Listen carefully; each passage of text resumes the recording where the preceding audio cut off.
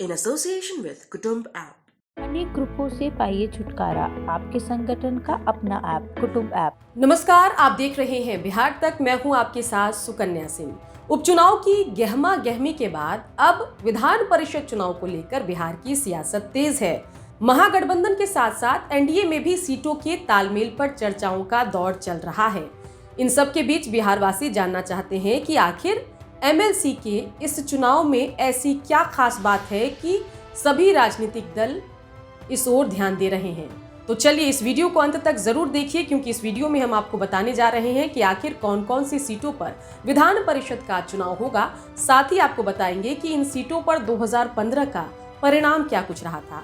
तो सबसे पहले आपको बता दें कि कुल 20 सीटें हैं जिनका कार्यकाल 16 जुलाई 2021 को खत्म हो गया था और इन 20 सीटों पर विधान परिषद के विधायकों का कार्यकाल खत्म होने की वजह से ये 20 सीटें खाली हुई हैं।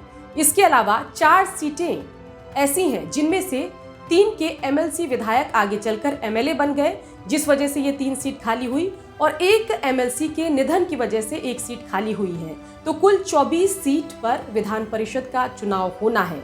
लेकिन ये चुनाव 16 जुलाई 2021 तक होना था, लेकिन क्योंकि जो पंचायत चुनाव है वो पोस्टपोन हो गया ईवीएम के विवाद और साथ ही कोरोना संक्रमण की वजह से, इस वजह से विधान परिषद की सीट खाली होने के बावजूद भी ये चुनाव टलता रहा। चलिए अब जान लेते हैं कि आखिर कौन कौन सी वो 24 सीट है जो खाली है, जिन पर चयन होगा विधान परिषद के विधायकों का।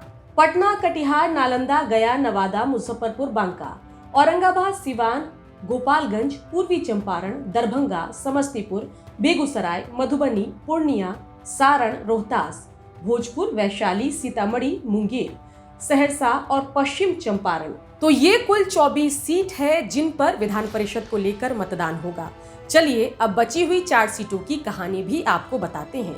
आरजेडी के टिकट पर रीतलाल यादव दानापुर से विधायक हो गए, इसलिए उनकी सीट खाली हुई। वहीं सीतामढ़ी से आरजेडी के विधान पार्षद रहे दिलीप राय जेडीयू से विधायक बन गए। इसके अलावा जेडीयू के ही एमएलसी मनोज यादव भी विधायक बन गए। वहीं दरभंगा से भाजपा के विधान पार्षद सुनील कुमार सिंह का निधन हुआ और इस तरीके से 20 सीट खाली हुई और 3 सीट पर एमएलसी के विधायक बन जाने की वजह से और 1 सीट पर विधायक के निधन की वजह से कुल 24 सीट जो है अब खाली हुई है। चलिए अब जान लेते हैं कि 2015 में इन 24 सीटों पर नतीजे क्या कुछ रहे थे। लोक जनशक्ति पार्टी, कांग्रेस, आरजेडी, जेडीयू और बीजेपी को कौन कौन सी सीटों पर जीत मिली थी। सबसे पहले आपको बता दें कि 2 निर्दलीय विधान पार्षद ऐसे थे जो आगे चलकर जनता दल यूनाइटेड के खाते में चले गए। तो सबसे पहले जानते हैं कौन कौन से निर्दलीय विधायक जेडीयू के पाले में गए और फिर जेडीयू की जीती हुई सीट भी आपको बताते हैं। पटना और कटिहार से निर्दलीय विधायकों ने जीत दर्ज की और फिर ये जेडीयू के खाते में चले गए। वहीं जनता दल यूनाइटेड ने नालंदा, गया, नवादा, मुजफ्फरपुर और बांका से जीत दर्ज की। बीजेपी ने औरंगाबाद, सिवान, गोपालगंज, पूर्वी चंपारण, दरभंगा, समस्तीपुर, बेगूसराय, मधुबनी, पूर्णिया, सारण, रोहतास से जीत दर्ज की। आरजेडी ने भोजपुर, वैशाली, सीतामढ़ी और मुंगेर से जीत दर्ज की। लोक जनशक्ति पार्टी जो उस वक्त एकजुट थी, उसने सहरसा से जीत दर्ज की। वहीं कांग्रेस ने पश्चिम चंपारण से जीत दर्ज की। तो कुल मिलाकर एमएलसी चुनाव का ये खाका है और अब देखना होगा कि 2015 के परिणाम तो इस तरीके के रहे, लेकिन 2022 में जब इन सीटों पर चयन होगा तो किस पार्टी को सबसे ज्यादा सीट मिलती है, किस गठबंधन को बढ़त मिलती है, इन तमाम खबरों पर नजरें हमारी टिकी हुई है। चलते चलते आपको बता दें कि बिहार तक अब नए लुक, नए अंदाज में आपसे मुखातिब है।